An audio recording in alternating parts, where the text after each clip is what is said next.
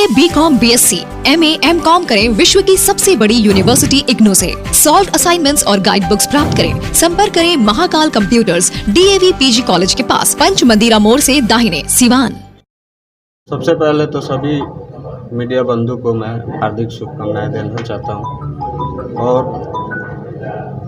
मैं इसी समाज में रहने वाला हूं और सिवान नगर परिषद क्षेत्र से आता हूं। तो इस शहर का बेटा हूं, भाई हूं और मैं सेवा का भाव रखता हूं। इसलिए मैं ये चुनाव लड़ना चाहता हूं ताकि सिस्टम में आके यहाँ जो भी कमियां हैं उसे मैं पूरा कर सकूं। और मुझे अल्हम्दुलिल्लाह बहुत बढ़िया रिस्पांस मिल रहा है हर तरफ से, तो इसलिए मेरा हिम्मत दिन पे दिन बढ़ता जा रहा है। चुनावी मैदान में कौन है और सिस्टम में क्या कुछ बदलाव करना चाहते हैं आप? सिस्टम में बदलाव ये करना चाहता हूँ मैं कि इससे पहले जो भी चलते आ रहा है, शहर को बहुत गंदा रखा जाता है कूड़ा से, जिसके वजह से हमेशा परेशानियाँ होती रहती है लोगों को, आम लोगों को परेशानी होती रहती है। कोई सिस्टम नहीं है शहर को साफ़ सुथरा रखने का और पार्किंग की दिक्कत होती है, जाम लगता है। इस सब से मैं कोशिश करूंगा कि इस पे ध्यान दूंगा और सही तरीके से इस पे काम। अभी प्रत्याशी बहुत है लेकिन लोग आप ही को क्यों चुनेंगे? मुझे ये उम्मीद है कि युवा हूँ मैं और युवाओं का साथ है हमारा। तो बहुत दिनों से इससे पहले जितने भी प्रत्याशी हैं ये सब रह चुके हैं और लोगों ने इन्हें देख लिया है। मुझे उम्मीद है कि मुझे इस बार पसंद करेंगे लोग यहाँ के और मुझे एक सेवा का मौका देंगे। वसीम जी, जहाँ से आप आते हैं, पहली बार नगर परिषद में आप लोग जुड़े हैं जी। इसके अलावा कई सारा ऐसा गांव है जो पहली बार नगर परिषद में आया है, उन लोगों के क्या कुछ प्लान है आपके पास? जो क्षेत्र अभी पहली बार जुड़ा है, वार्ड में सम्मिलित हुआ है, उसमें बहुत सारे काम हैं जिसमें मैं ध्यान दूंगा। नाला हो, सड़क हो और लोगों की सुविधा की जो भी सामग्री हो वो उपलब्ध करवाऊंगा।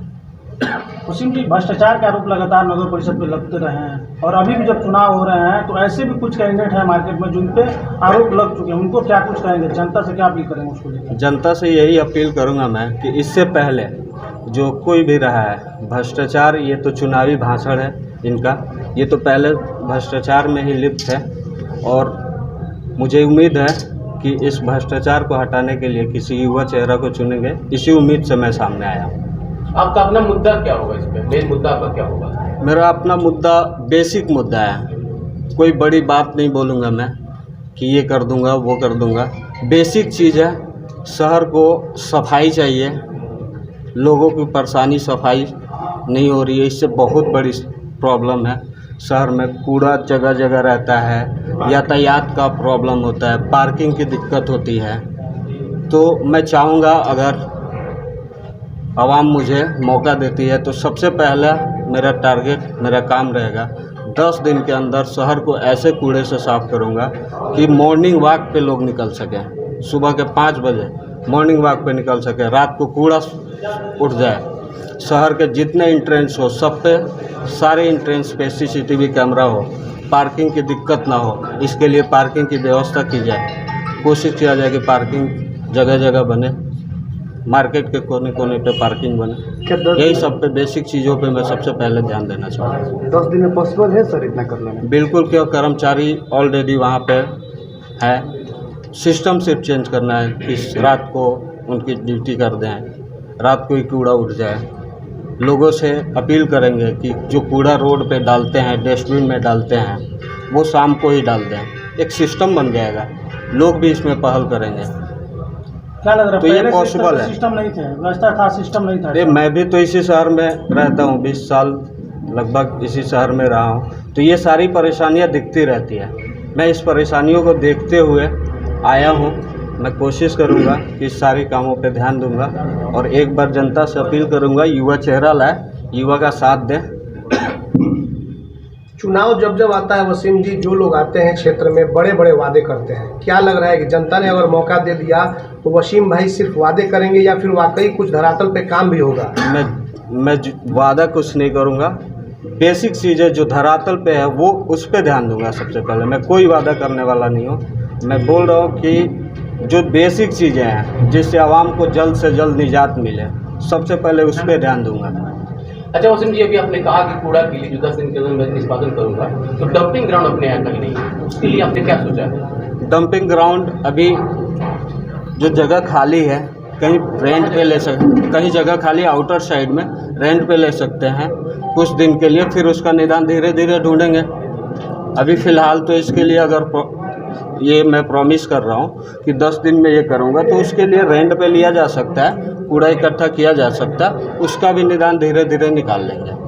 क्षेत्र में लगातार आप दौरा कर रहे हैं, लोगों का कैसा समर्थन मिला है, लोगों का क्या कुछ कहना है? क्योंकि इस बार पहली बार ऐसा होने जा रहा है कि डायरेक्ट चुनाव होने जा रहा है, चाहे मुख्य पार्षद का हो, उप पार्षद का हो या फिर पार्षद का, डायरेक्ट जनता चुनेगी। पहले होता था कि पार्षद खरीद लिए जाते थे, तो जनता का रुझान क्या है? जब आप जा रहे हैं तो क्या जनता आपसे बोल रही है? सबसे पहले तो मैं बहुत बहुत धन्यवाद देना चाहता हूँ माननीय मुख्यमंत्री नीतीश कुमार जी को कि ये पहली बार ऐसा मौका दिए हैं कि जनता अपना पार्षद और मुख्य पार्षद उप पार्षद चुन के लाएंगे।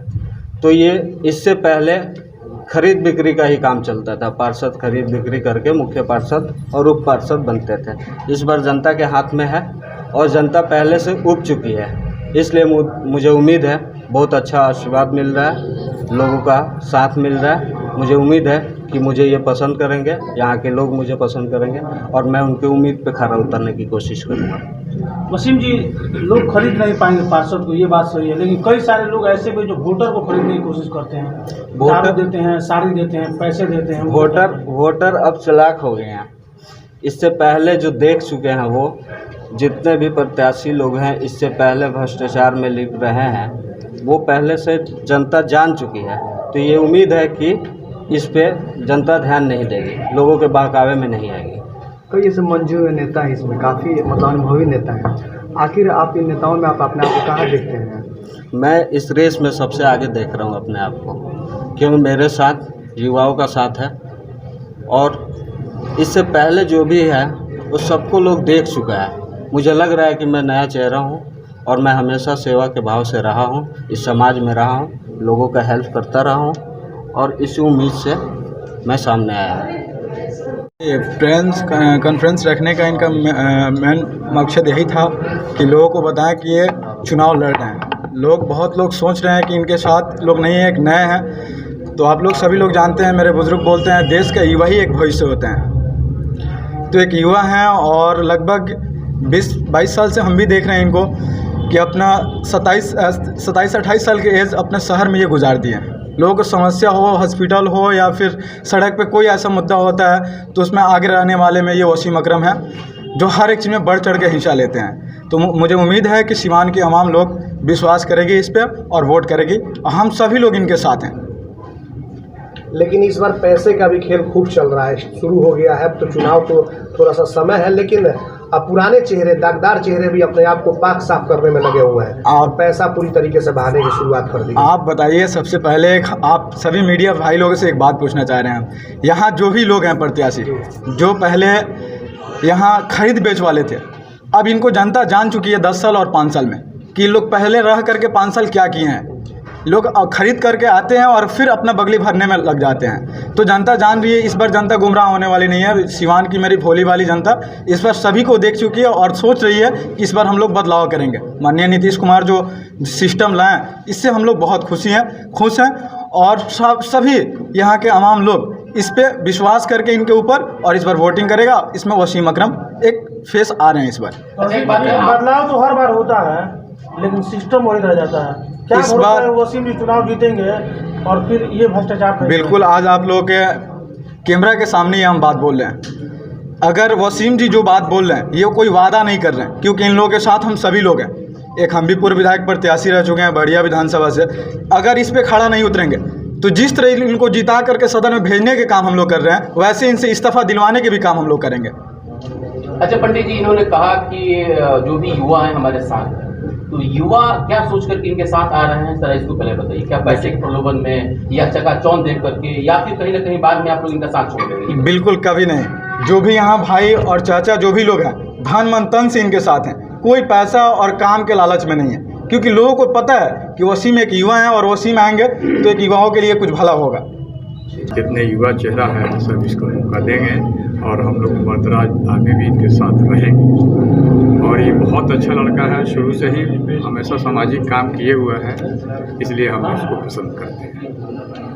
उम्मीद है इनसे कि अगर बागडोर इनको इनके हाथों में मिली तो सिवान का विकास करेंगे ये लोग। जरूर करेंगे, और बड़ा वादा तो किए नहीं हैं। साफ सफाई, लोगों को कुछ कैसे राहत मिले, कहाँ स्टैंड होगा, कहाँ जाम का मसला क्या होगा, यही इतना तो वादा किए हैं। हमको अच्छा लगा, ये वादा बेहतर है, इसमें बहुत पैसा खर्च नहीं है, ईमानदारी की ज़रूरत है।